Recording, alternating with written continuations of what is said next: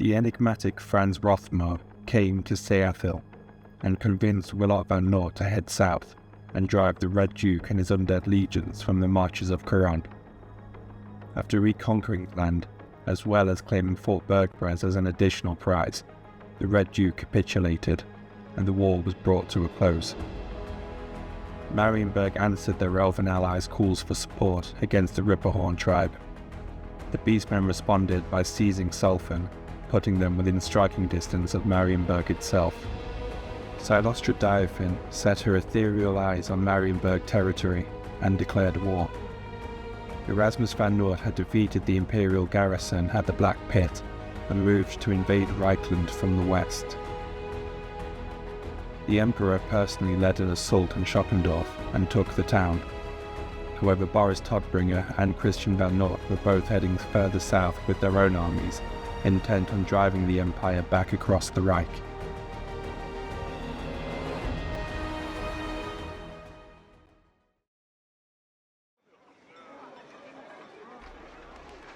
The city of Marienburg was woefully unprepared to handle an invading force so close to the capital. Jan van der Kuipers did what he could to muster a force to retake Sulfen. However, their numbers would be dwarfed by the Beastmen herd. To raise further numbers would take time that Marienburg did not have. The Beastmen could not be allowed to escape and sack any more settlements. With no other option, the Stadtholder himself took command of the army and moved on Sulfen. Fight for our nation!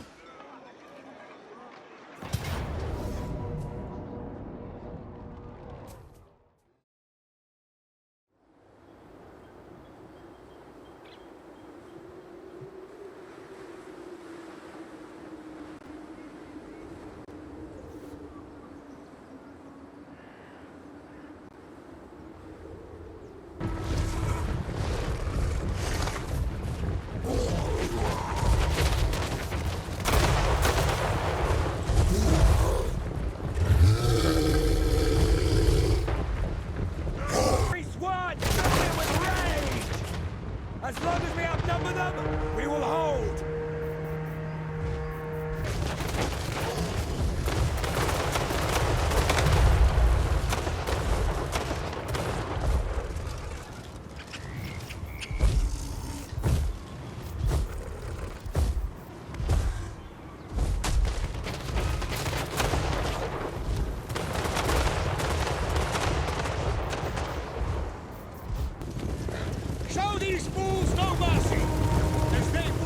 The Marienburg infantry was well suited to facing their crudely equipped Beastmen counterparts. However, they were at a significant disadvantage in ranged and mobile capabilities. They had only one option: to storm into the ruins and surround the Beastmen before their arrows or warhounds could whittle down their already paltry numbers.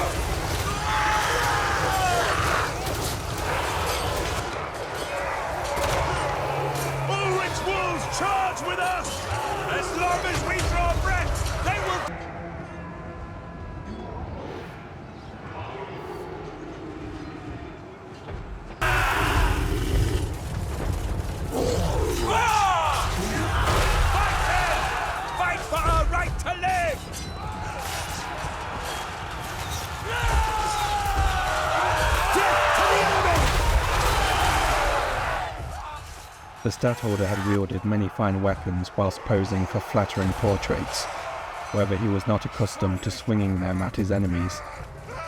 Be that as it may, all men must do their part, and the Lord Stadtholder threw himself into the fray.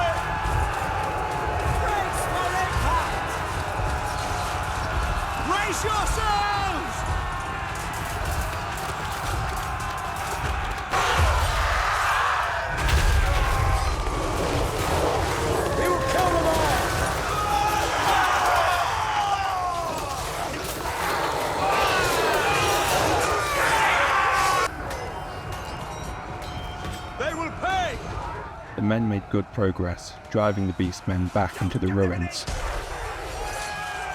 Sigma, demand! Hit!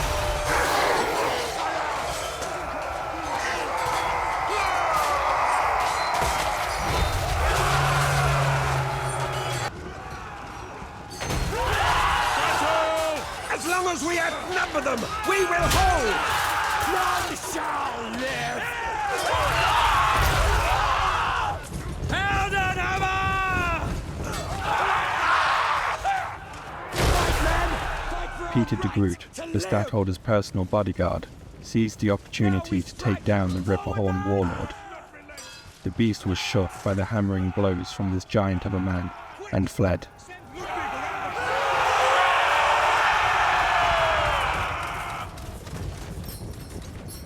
Death to the end!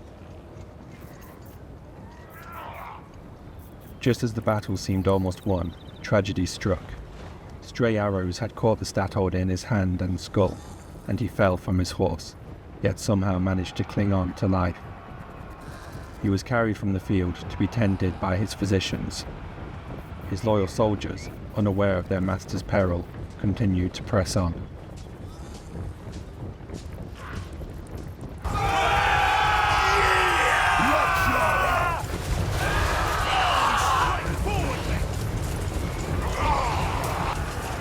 Don't stop until they're all dead! They will pay!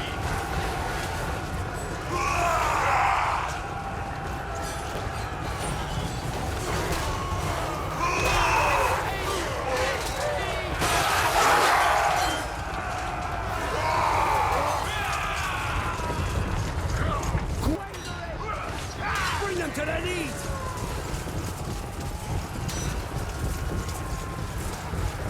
Weapons out, lads! Time for fighting!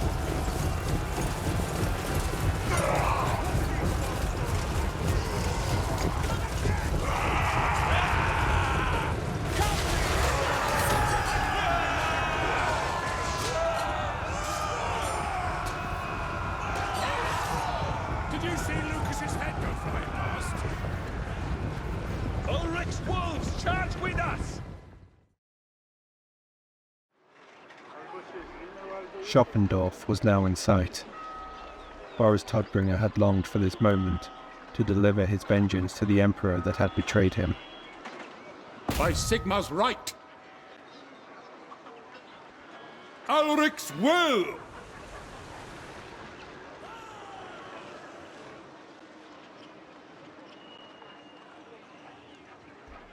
As the army approached the city, the cowardly Emperor fled, taking a ship and retreating down the Reich.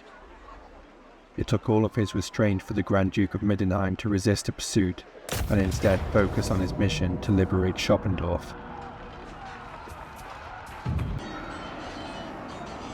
The first battle in the war against the Drowned came at the coastal city of Seattle.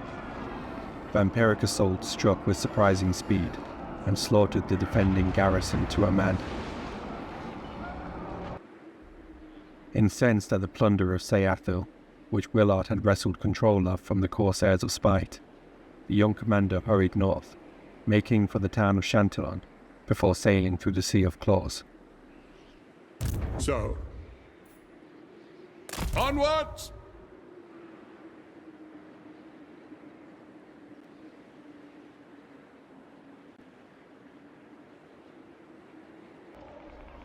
Christian van Noort continued on his march, edging ever closer to Brockl. For now, no further.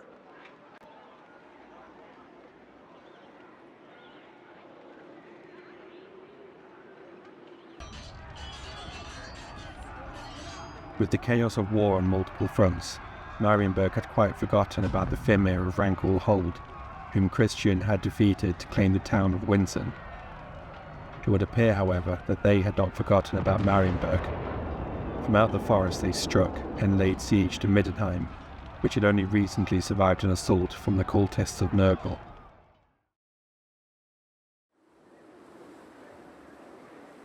The assault on Middenheim played eerily similar to the previous, with the besiegers splitting their focus on the south and eastern gates.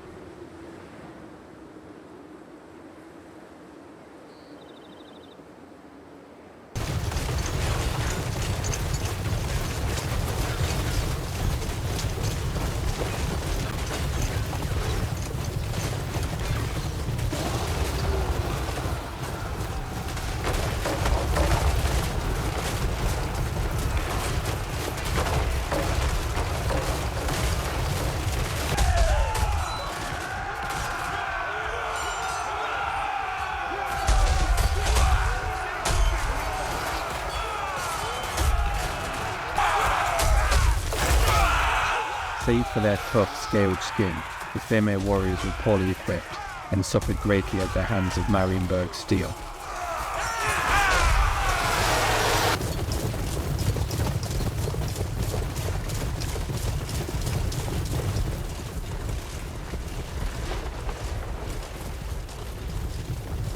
A splinter force from the south gate peeled away and moved to attack an undefended section of the walls. The defenders spotted them in time and moved their reserved infantry to halt the attack. We must defend our home!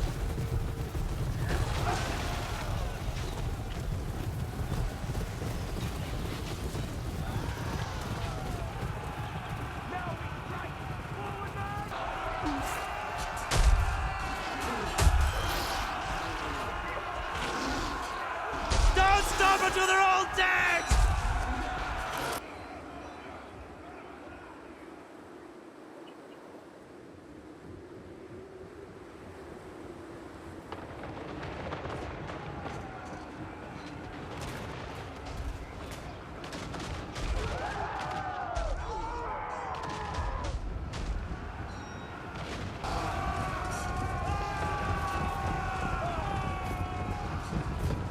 The defenders taking on the splinter force had become overwhelmed, but reinforcements soon arrived. Stop them!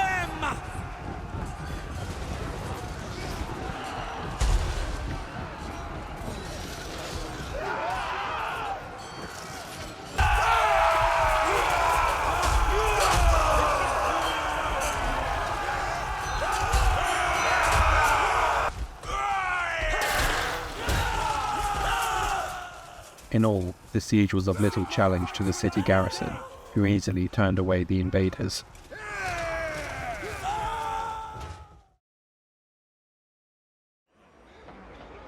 Silostra Daifin's invasion force sacked Seathil, but decided not to occupy the settlement.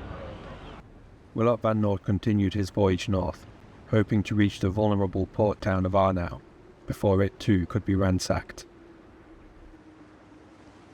Yes. On his way to Reichland, Erasmus passed through Marienburg.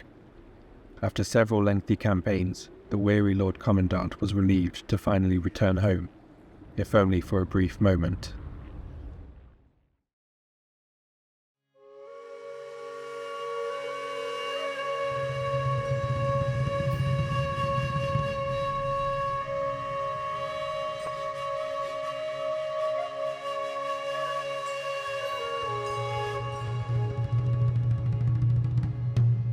Erasmus had spent his youthful years dreaming of leading armies into glorious battle, but the extent of his meteoric rise could not have been anticipated.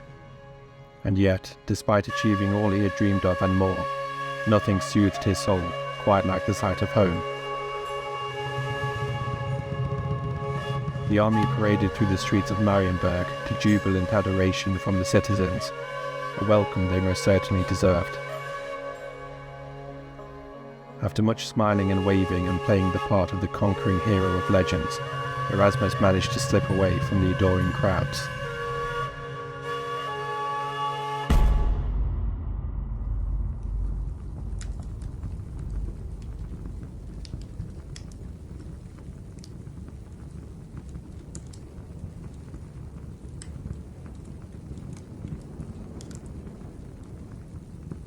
Peter de Groot, I am pleased to see you. And are you, Lord Commandant? So too are the people, it would seem, judging from all the commotion I have been hearing from the streets. War takes its toll on all people, even those that never step foot on the field. I would not deny them the opportunity to celebrate and be happy. How noble of you. I pity the Lord Stadtholder is still in convalescence and unable to meet with you. I am sure he would like to personally offer his appreciation for your efforts. And how are his wounds? Is he likely to heal? The physicians seem to think so, but nothing is guaranteed. The Directorate have assumed his responsibilities whilst we await his recovery. I am relieved. Have you asked the Temple of Shalaya to send over a priestess to pray for his recovery? I value my position in the Stadtholder's good graces too greatly to do such a thing. He has no time for priests and their ravery. They can do nothing for him that the physicians cannot. If that is his preference, then so be it. As the Stadtholder is indisposed, am I to assume that you could speak with the Directorate on my behalf? I see no reason why not. What is it you require? My men have marched and fought across many battlefields and against many foes, and now they ask to march again to Reichland. They are tired and in need of rest. If the Directorate could grant me fresh levies and offer leave to my existing forces, it would be greatly appreciated. A selfless and admirable request, Lord Commandant, but I fear that will not be possible. We struggled as is to find enough men to reclaim Solfen. Peace will be upon us soon enough, and your men shall be well compensated for their efforts. I can promise that much at least. But since we are on the topic, I shall inform you that you are not going to Reichland. The sea witch, Silostra Diafin, has sent her armies to the northern coast and ravaged the land. You ought to go north to see her off. I thought Willard was currently garrisoned at Seathil. Surely he could be trusted with this matter. He was at Seathil. Then he moved south to defeat the Red Duke in the marches of Quran. I have missed a great deal. I had not known the marches were even in peril.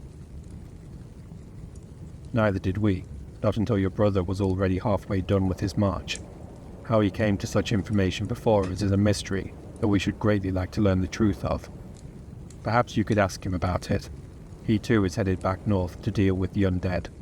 I am sure he would love to see his beloved brother again.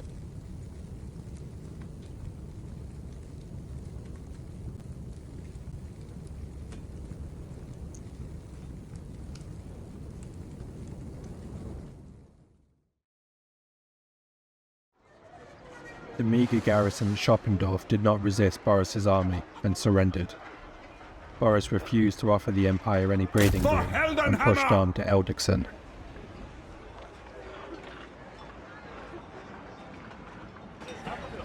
Christian was now clear to march on Brockl and laid siege. Target spotted!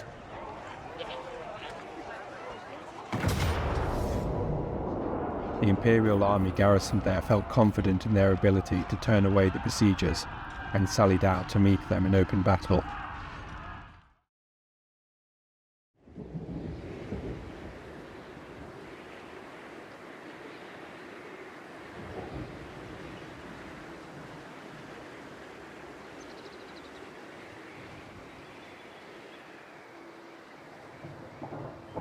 Christian was confident his experienced soldiers would perform well, but the Empire's pistoliers and artillery were of great concern. A defensive posture would not be wise, and Christian moved his lines forward.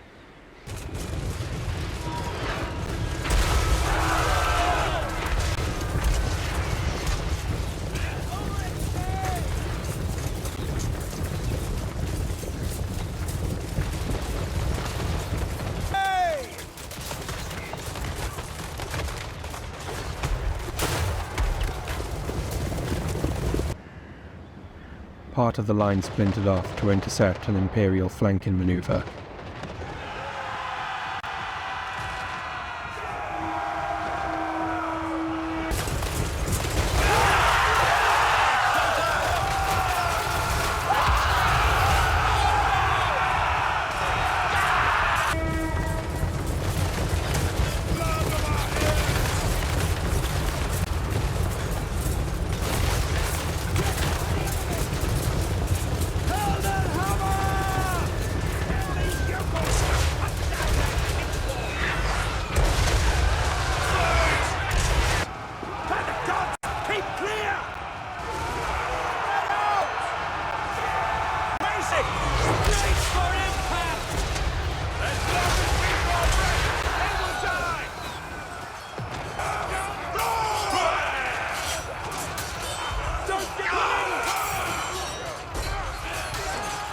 Sigmar's teachings!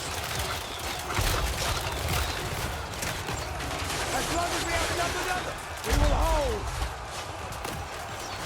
Battle!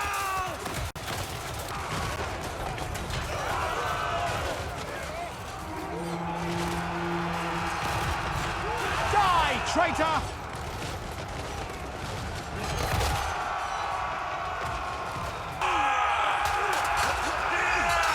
Now we strike! Forward, man! Ulrich Wolves, charge with us!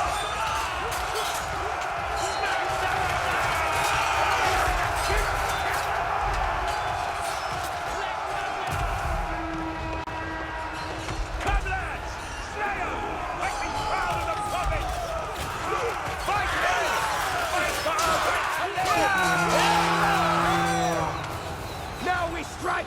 Forward, man! They are wavering!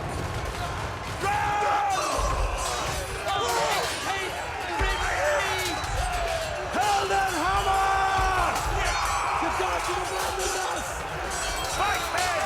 Fight for our right to live! Bring them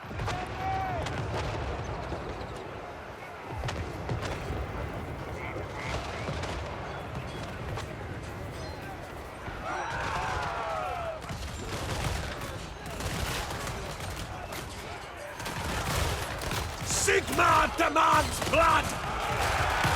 Kill everything! The halberdiers on the left flank had found themselves in an unfortunate position, bogged down by enemy infantry as they were forced to endure volley after volley of pistolier fire. Ulrich's wolves charge with us!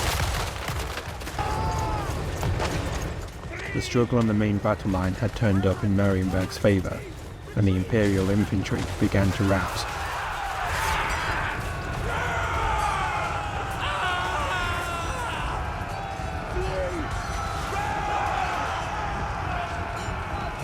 Abandon us!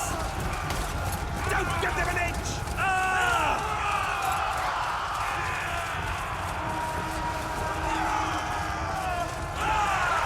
Run! Ulrich's teeth! Retreat!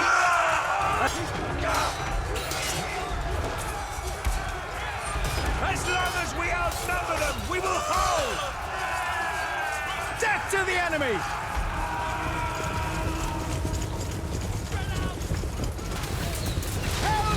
At last, the men were able to close in on the mortar crews that had caused so much devastation in their ranks and drove them from the field. The gods have abandoned us! Ulrich! With us! Fight, men! Fight for our right to live!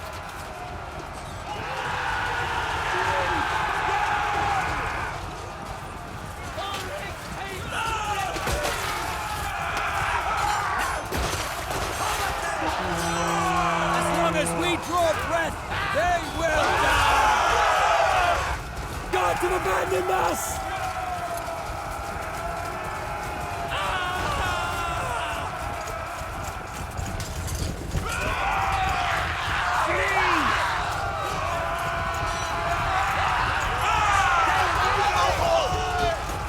Don't stop until they're all dead! Helden Hammer! Run! Ulrich's teeth! Retreat!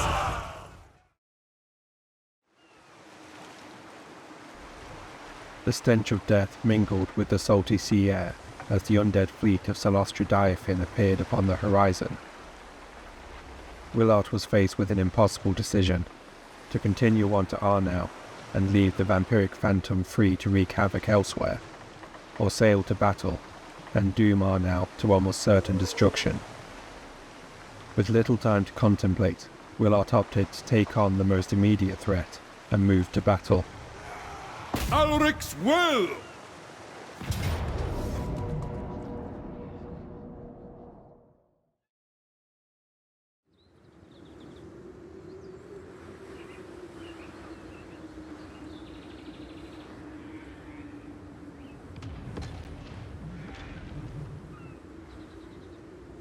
We are Sigmar's heirs! The two sides met on a surprisingly tropical island off the coast of Nordland.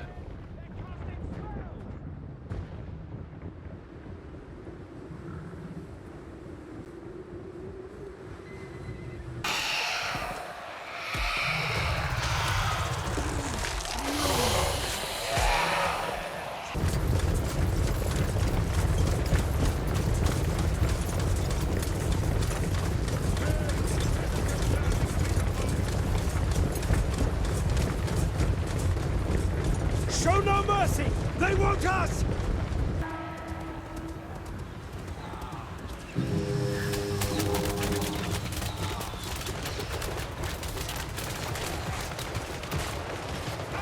Ha! Take that bow! Enemy wizard spotted!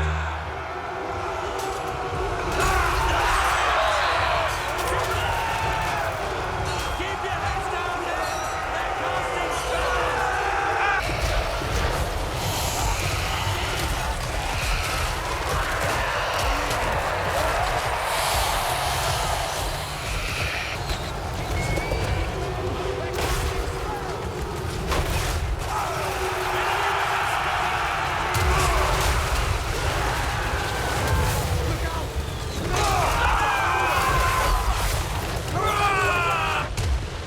drowned forces were mainly comprised of gunpowder units, forcing the Marienburg infantry to close the gap and engage the enemy in melee.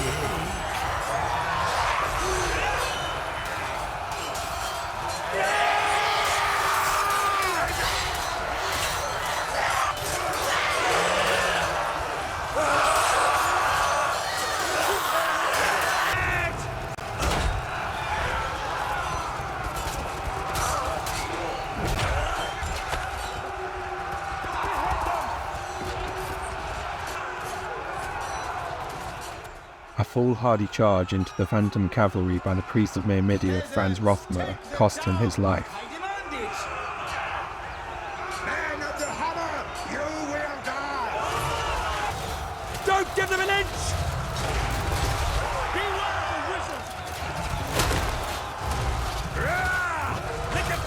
wizard! Marienburg repaid the loss in kind, as the crossbowmen vanquished Salostra Dyfin under a barrage of arrow fire. Behold the silver hammer!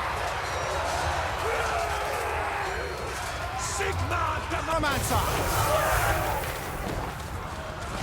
Now we strike! Forward, man!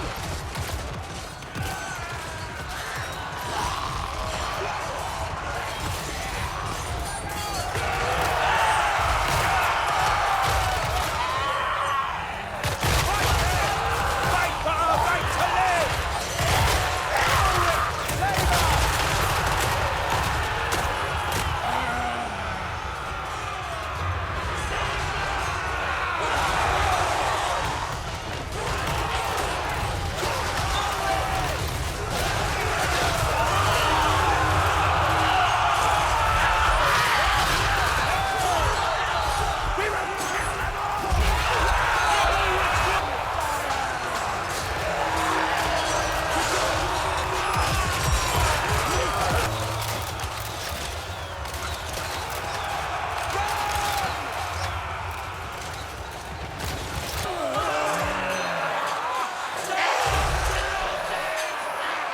Let's have ya!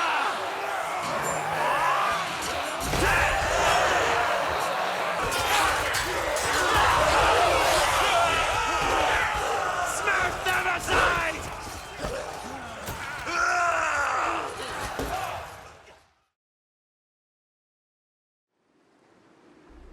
Victory belonged to Marienburg. The battle, however, had taken a great toll on Willard's forces. The Drowned had moved back to the ruins of Seattle and occupied the city, as a second large force arrived in the lands. To march on such an overwhelmingly large force would surely spell the demise of Willard van Noort and all those in his army. The Empire. With no other option, It is Willard for the reluctantly turned south and sailed to take refuge in Fort Solace.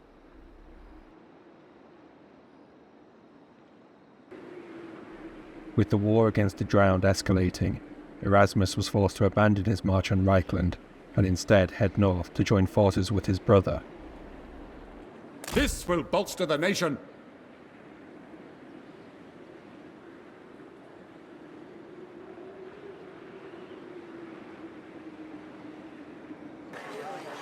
Boris Todbringer continued his vengeful campaign against Karl Franz and his forces.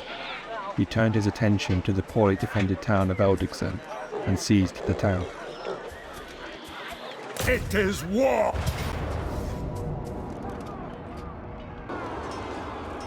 With his victory over the Brockl garrison in open battle, Christian was in prime position to storm the walls and destroy the already decimated garrison.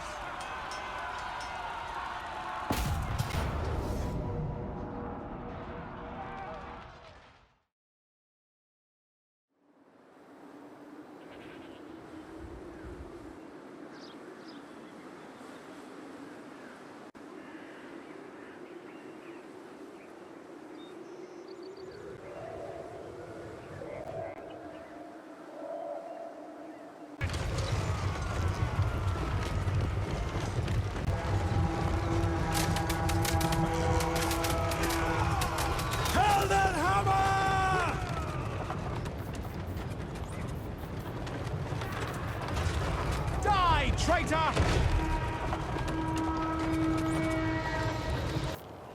Let none cross In a that curious wall! move, the impetuous garrison at Brockl seemed to consider abandoning the safety of the walls and once again meeting Christian in open battle.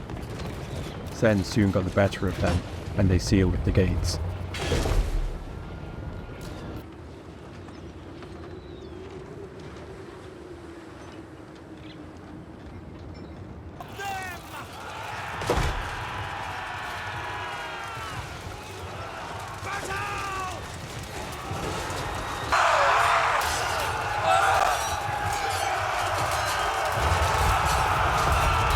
Fight, men! Fight for our right to live!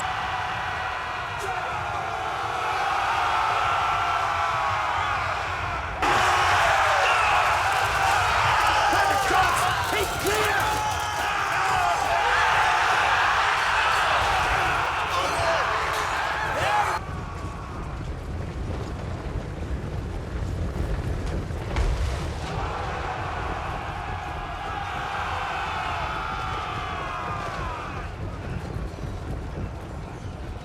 The ram made quick work of the gates, and a small group of brave defenders charged forward in a vain effort to prevent Marienburg from pushing through the gatehouse.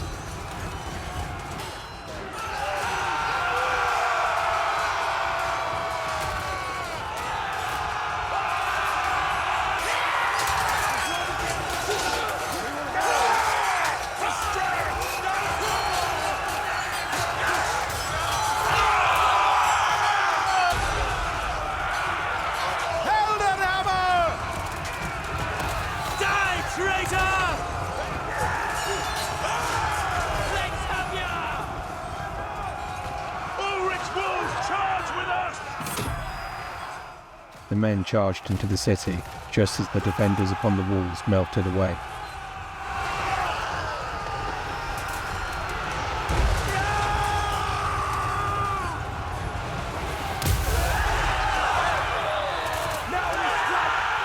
Fight for our right to live! Death to the enemy! None shall live!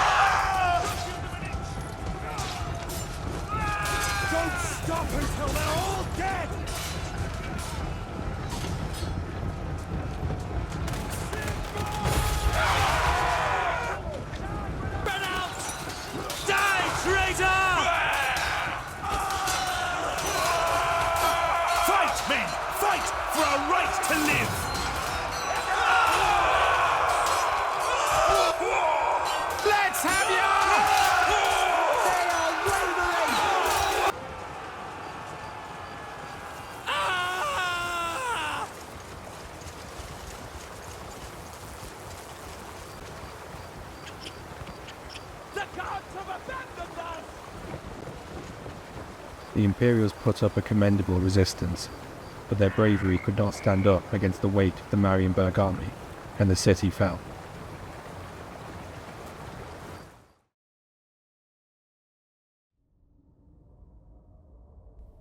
The Emperor's confidence after seizing Schoppendorf soon dissipated, as Boris Todbringer and Christian van Noort delivered blow after blow in retaliation.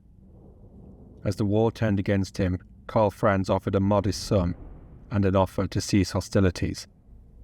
No doubt this was but a ruse to buy time until the Empire could recover its strength, and the offer of peace negotiations was denied.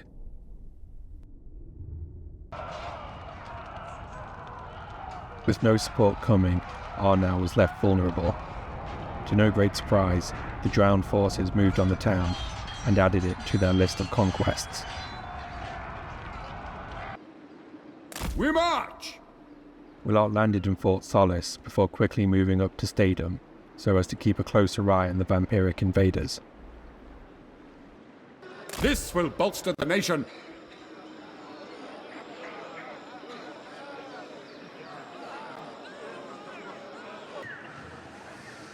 After fleeing Schoppendorf, the Emperor took refuge at Kugenholz.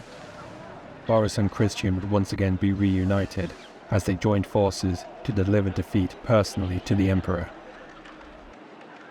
Into the fray!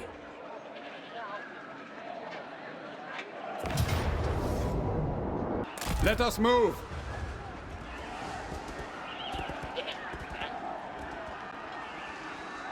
Hunt them down!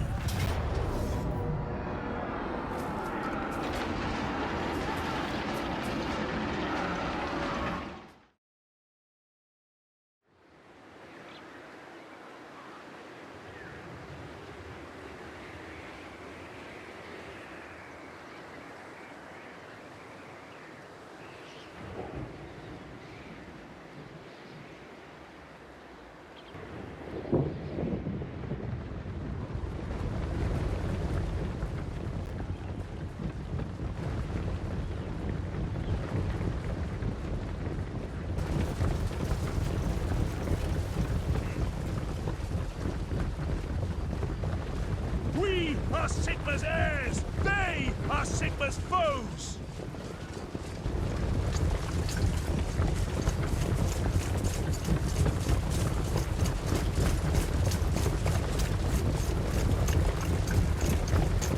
This is wasting life.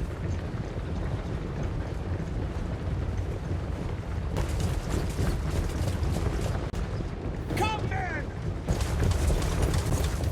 The two Commonwealth armies joined together in an L-shaped formation to split the Empire's attention on two fronts. We kill each other while other things wait! Sigma! Glimpsing the lord that had renounced him, Karl Franz aimed his fury at Boris Todbringer, and the two men finally clashed. Charge with us!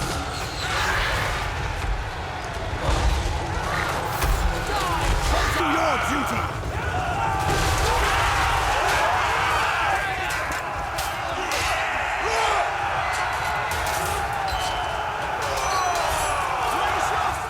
Christian's line weathered charge after charge from the Imperial cavalry, cutting down just a few more knights each time.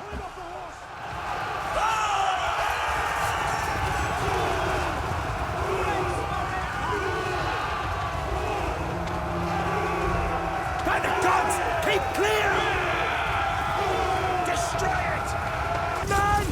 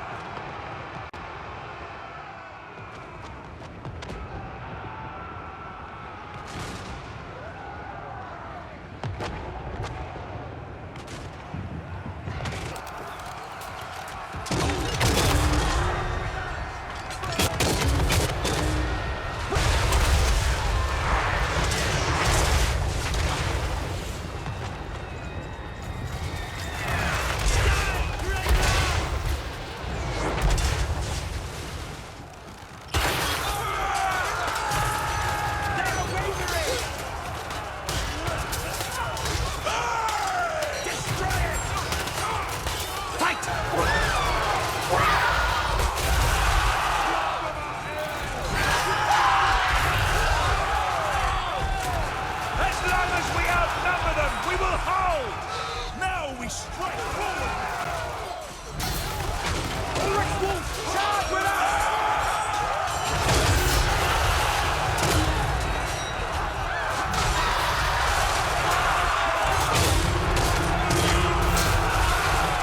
Don't give them an inch! Province! Fight with us, not against! Sigmar demands blood! As long as we outnumber them, we will hold!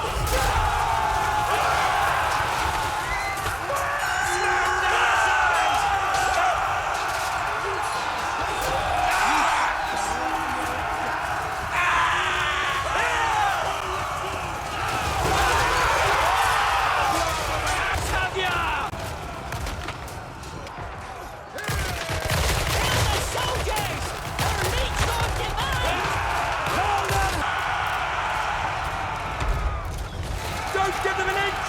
Kill everything! We will kill them all!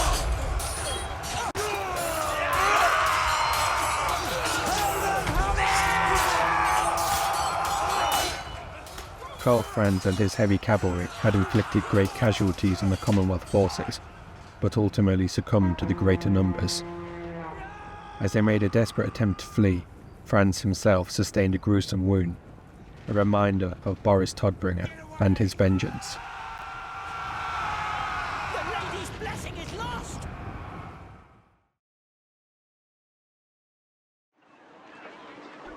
With all foreign occupation, whether human, orc or beastman, finally removed, the liberation of Middenland was complete. Celebration erupted across the province, and Boris Todbringer and Christian van Noort turned their sights to the lands across the Reich and the great imperial capital of Altdorf that lay tantalizingly close.